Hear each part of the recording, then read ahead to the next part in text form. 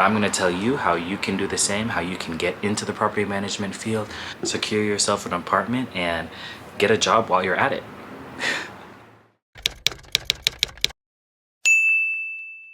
What's up, y'all? I'm back with another video. My name is Derek Lodge, or DLo for short. If you're new here, welcome. Okay, so this is going to be a brief video about how to get into property management. If you did not know, I recently got into the property management industry from October 2023, October, November, all of 2024. Now it's 2025, February. I recently stepped out of my role as the on-site tenant manager, but that's a whole other story for another time. But I'm going to tell you how you can do the same, how you can get into the property management field, secure yourself an apartment, and get a job while you're at it. So, how to get into property management. How I got into the property management field, basically I applied on Indeed. I'm gonna pop up some postings on Indeed that I find, but basically I just applied like how I do every other job. You know, I used Indeed. Basically, I was working for a property management company for about 1.5 years. You know, learned their systems, learned the process and how they operate. And honestly, at the end of the day, it was not a fit. You know, I'm so thankful for the opportunity and for everything I've learned. But I definitely went through and back. Went to and back, whatever the saying is, with this company. And, you know, honestly, just working for other people is for the birds, But so basically I applied on Indeed. I'm gonna do a screen share, and I just searched up on-site tenant manager. That is key. You don't want, I mean, you may want a property management job that is not on-site. Basically you're working inside of an office and it's a little more administrative, but this role that I secured pretty much was an on-site role. You're gonna have to, that's the key word, on-site. Basically on-site means that it's coming with a living situation, and I mean that's key if you're searching for a living situation and if you're searching for a job. Why not get a 2-for-1, right? So I'm gonna pop up a few postings that may be a good fit. You're just gonna have to read the description. And this is another thing, this is imperative. Make sure that your employment is separate from your tenancy. Basically, you want to make sure that your employment, basically your job, your W-2, W-4, whatever it may be, make sure that that is a separate contract from your living situation, your lease. Make sure that you have a separate lease. Make sure that if you end up quitting, no longer working for that company, make sure that you will still be able to live in your unit.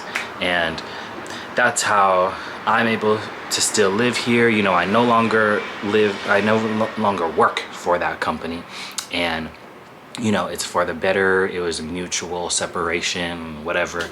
Basically, they actually screwed me over and made me sign a voluntary resignation thing.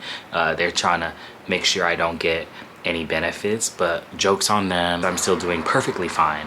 Thank you very much. Oh, also, some skills that you will need and that you will enhance during your property management role. Basically, you're going to need some administrative skills. You're going to need communication skills, interpersonal skills. You're also going to need organization skills and the ability to multitask. Honestly, these are just fundamental skills that I feel like all roles and all jobs you kind of need. Whether it's correspondence, you know, texting, emailing, or calling tenants, calling vendors, email follow-ups, research, vendor research, all of that is gonna take, you know, a little effort and energy. You know, learning how to communicate with different people, learning how to be patient. That's another skill that you will need, is patience. quickly, before this battery dies, I'm going to talk a little bit about the pros and cons about property management field. It really is, you know how they say that, you know, it comes from the top. Basically, if the big bosses and the people above you are doing shady stuff, not caring, it's going to trickle down and go into, you know, it's going to affect hiring practices, vendors that we use, quality of work. And it was very apparent in this type of building. I don't want to blanket term all property management companies and all types of buildings. Now let me talk about some of the pros and cons about property management. Some of the pros about this role is that you get a living space. You get a place to live, which is fantastic, right? That's definitely a huge plus, being able to secure a living place.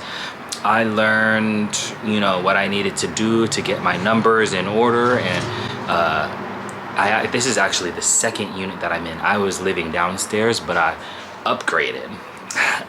That's a whole other story on how I upgraded, and I'm gonna share y'all my property management journey, everything, now that I'm no longer working for them anymore, you know, because they're low-key shady. Can you spell embezzlement? Right. I digress.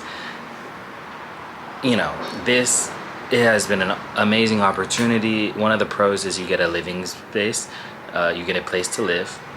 That is actually can be a con as well, because sometimes, you know, living where you work may not be the best thing. You know, like I will be out at school or out running errands of busy day, and then I come back home and there's always something to be doing. You know, this role is not a like 9 to 5 or just like a set times. Like things happen all the time, and I kid you not, 9 p.m. 11 p.m. 3 a.m. 6 a.m. you know, this is not a 9 to 5 job, and this is one of the gripes, one of the issues and kind of complaints, or, you know, things that I brought up to my boss, is that, you know, you expect me to work only a fixed amount of time. You know, you're paying me not as a full-time, this is a part-time role, but you want me to be available 24/7 to open doors, to meet vendors, do things. Child, girl, please. My time is very valuable, and I don't have time to just be opening a door for somebody when y'all could be implementing gate entry systems, have all of these systems and all of these processes, you know, down. Don't even get me started, honestly, because there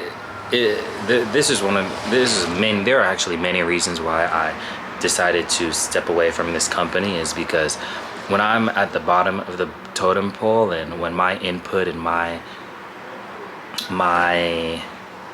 suggestions are not really being heard or not really being utilized, I just feel like, then what's the point? Like, why am I putting 110% when y'all is putting piss poor work? And yeah, it's too much. But another thing that's kind of like a con is, you know, that saying in property management when they say tenants, toilets, and trash, it very much so is tenants, toilets, and trash. Like cleaning up shit, cleaning up trash, cleaning up other people's shit. Like, you know, they definitely were not paying me enough. I did not have protective gear. They barely gave me supplies. You know, they couldn't even give me, as on-site tenant manager, they couldn't even give me a gift card or a company card to purchase supplies. I had to email my boss and give her a whole Amazon link and everything just to get supplies. I'm like, please, you know. And I tried to play their little game. I was here for a year and a half, and, you know, asking for a raise, asking for more authority, asking for, you know, XYZ, and working for these people who are not trying to upgrade, who are stuck in the past. They're literally stuck in prehistoric times. No gate entry system, no online payment portal for people. You know, you still need to pay with a check or money order. Like, you know, there's so many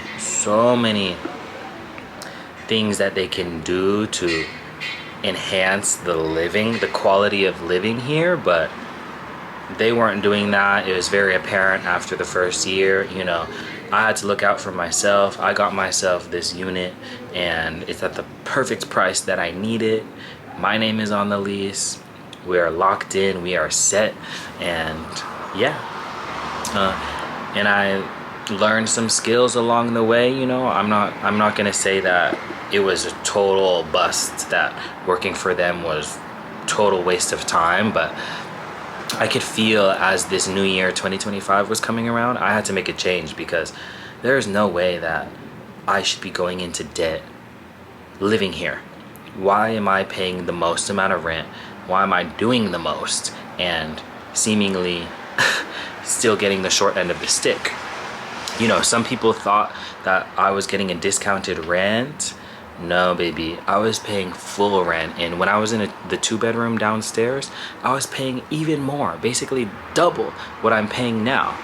Now that I live in this 1-bedroom, I pay a little less. So yeah, that's my experience with property management. There's going to be a part 2 when I get a new battery and recharge the battery. But if you like this video, don't forget to hit the thumbs up button. If you have any questions about property management, let me know down in the comments below.